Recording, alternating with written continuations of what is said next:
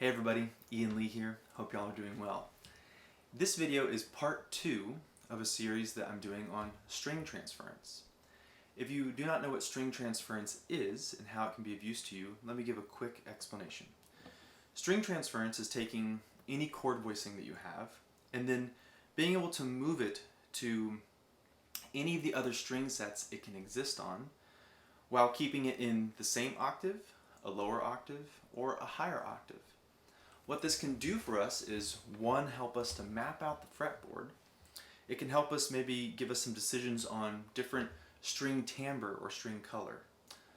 Let me give an example here. So if I have this A7, I'm sure it's a sound and shape you all know and love and are familiar with. Let's say I wanted to eliminate that E string. Just in this instance with what I'm hearing, it's a little too bright. I want something that's a little darker, a little warmer. Well, the next thing I could do would be to move it down to the next string set. Now we're playing a drop 2 chord here. So what I'm going to do is move the shape itself down. In order to keep it in the same octave, I'm going to go up 5 frets, or just find the G that's on my A string. So the lowest note, because we had a G in the bass on this voicing, we need to find another G in the bass. Okay, so that's where my G in the bass is. I go up 5 frets, and I'll lower whatever note is on the G string by a half step, or 1 fret. And that way, we get a shape that looks like this. Now, this is an A7 in third inversion, or with the flat 7 in the bass. Okay? Same thing if I want to get a different octave. Take this shape, I'll find where the G is in my bass. I'll go down 7 frets to get a lower octave. And whatever is on the G string, I'll lower a half step. So now I can see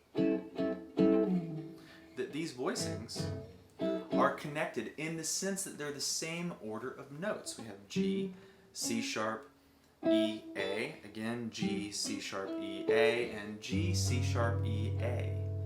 If you want to look at that in terms of numbers, which is also equally as good to do, we have 7, 3, or flat 7 rather, 3, 5, 1.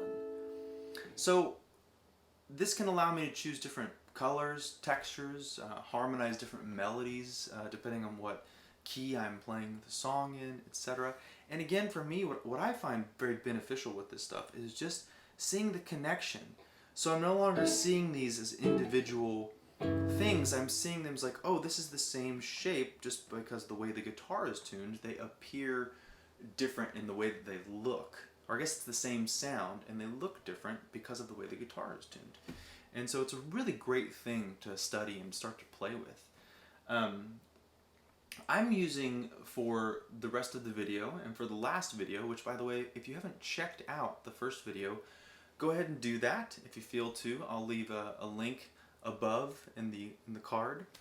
And I'm using Ted Greene's worksheets on string transference. There's, I think, maybe 3 or 5 of them on his website.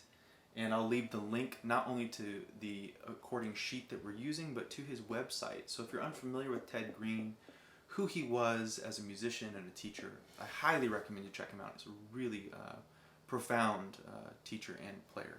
Really beautiful, beautiful player.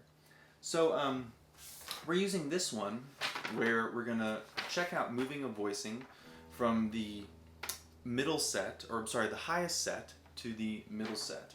We'll just go over a few of these, and yeah, we'll just check out and see how it goes. Let's start with the first one. We have a B flat 6. Now, if you'll notice, if you do end up using the worksheet, Ted has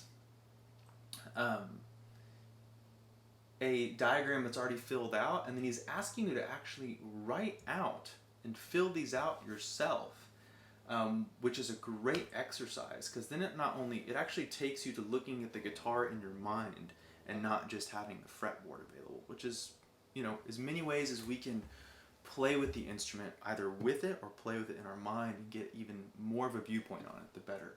So, but we'll just be doing this with the guitar in this video. So let's look at the first one. He gives us a B flat 6, a B flat 6, which some of you may know as a G minor 7. They are indeed the same chord, just different inversions of each other. Now he says, okay, let's put this on the middle set of strings. So right at the top here he says, play a chord on the top 4 strings. Place the same shape on the middle 4 strings using the same letter bass note. Lower the note which is landed on the 3rd string or the G string by 1 fret. So let's go ahead and do that.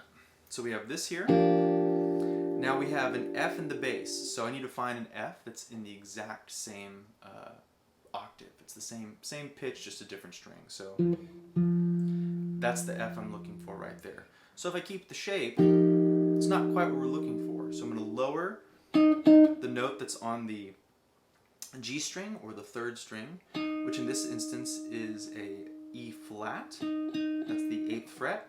And I get this shape, which I'm sure you're all familiar with. And that's a B flat 6 or a G minor 7.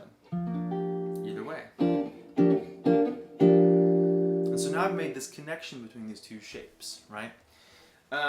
Let's go to the next side, and we'll pick something off the top here. And we'll go from the middle string set down to the lowest string set. Let's pick this this C9 that he recommends we play. Okay, that's going to be on the 2nd line, and it's the 2nd chord. So it's this little shape. Now, if y'all know this, it's a C9 without the root in the bass. If you're a Barry Harris type of thinker, you're going to see this as a G minor 6 with the 6 in the bass, which is a great way to see it too, because then we can use the scale of chords. But for now, let's just see it as a rootless C9. Okay. So we're going to take this chord and we're going to put it on the lower string set. So we're going to take the shape, move it. We need to find an E that's in the same octave. So there's that E right there. I'm going to move it all the way up here, retaining the shape. Take the note that's on the G string, move it down a fret, and therefore I have another C9, or a G6 with the 6, G minor 6 with the 6 in the bass, also known as E minor 7 flat 5. Okay, y'all, I'm going to leave it at that and let you explore this on your own. You don't even have to use the worksheet. If you understand the basic concept, just start playing with some chord voicings and seeing what you can come up with. You can do drop 3 chords, drop 2 and 4. You can do all kinds of chords. Just play with it. You can do triads. All these concepts apply accordingly. All right? Thank you so much for watching. I sure do appreciate all of you, and I hope you're enjoying the lessons and the content. I know I am. Have a great rest of your day.